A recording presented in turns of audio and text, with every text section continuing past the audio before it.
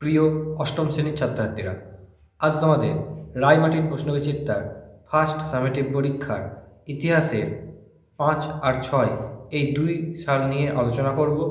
আলোচনা শুরু করার আগে তোমরা যারা আমার চ্যানেলে নতুন তারা চ্যানেলটিকে সাবস্ক্রাইব করে পাশের বেল আইকন প্রেস করে রেখো। আর তোমরা যদি আগের সালের আলোচনাগুলি না দেখে থাকো তাহলে চ্যানেলের প্লেলিস্টে গিয়ে আলোচনাগুলি দেখে নিতে পারো। তো চলো আলোচনা শুরু করছি।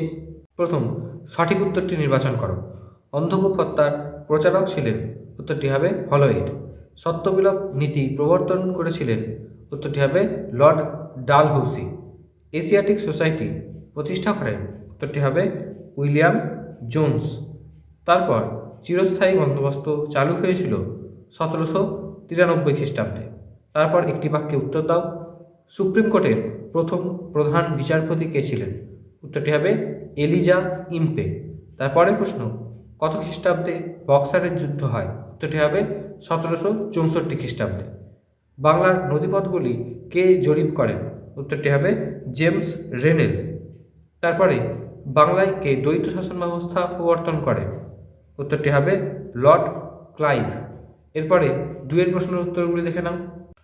দুয়ের প্রশ্ন উত্তর দেখো, ফারুকসিয়ারের ফরমান বলতে কি বোঝো? এই প্রশ্নের উত্তরটি সেট 1-এ করা হয়ে গেছে। তারপর কে কি উদ্দেশ্যে কলকাতা মাদ্রাসা প্রতিষ্ঠা করেন, উত্তরটি হবে ওয়ারেন হেস্টিংস। কলকাতা মাদ্রাসা 1781 খ্রিস্টাব্দে প্রতিষ্ঠা করেন। এর উদ্দেশ্য ছিল আরবি ও ফার্সি ভাষা চর্চার উদ্যোগে তিনি কলকাতা মাদ্রাসা প্রতিষ্ঠা করেছিলেন।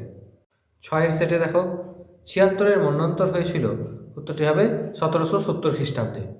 অন্ধকূপ হত্যা কাহিনীর উদ্ভাবক হলেন, উত্তরটি হবে হলওয়েড। বোম্বাই প্রেসিডেন্সির গোড়াপত্তন হয়, উত্তরটি হবে সুরাটে। কে কলকাতার নাম আলীনগর রেখেছিলেন, উত্তরটি হবে সিরাজদৌল্লা। কত খ্রিস্টাব্দে দারোগা ব্যবস্থার বিলোপ ঘটে, উত্তরটি হবে 1812 খ্রিস্টাব্দে। এরপর দুয়ের প্রশ্নের উত্তরগুলি দেখো।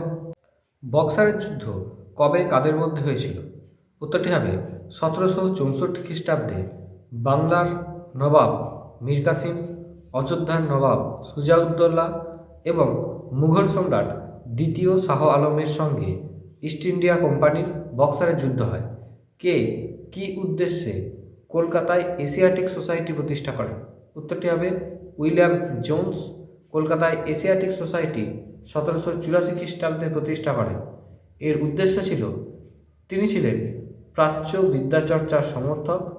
প্রাচ্য বিদ্যাচর্চা বিশেষ করে সংস্কৃত ভাষা ও সাহিত্যের গবেষণা উৎকর্ষতা সাধনের উদ্দেশ্যে তিনি এই প্রতিষ্ঠানটি গড়ে তুলেছিলেন।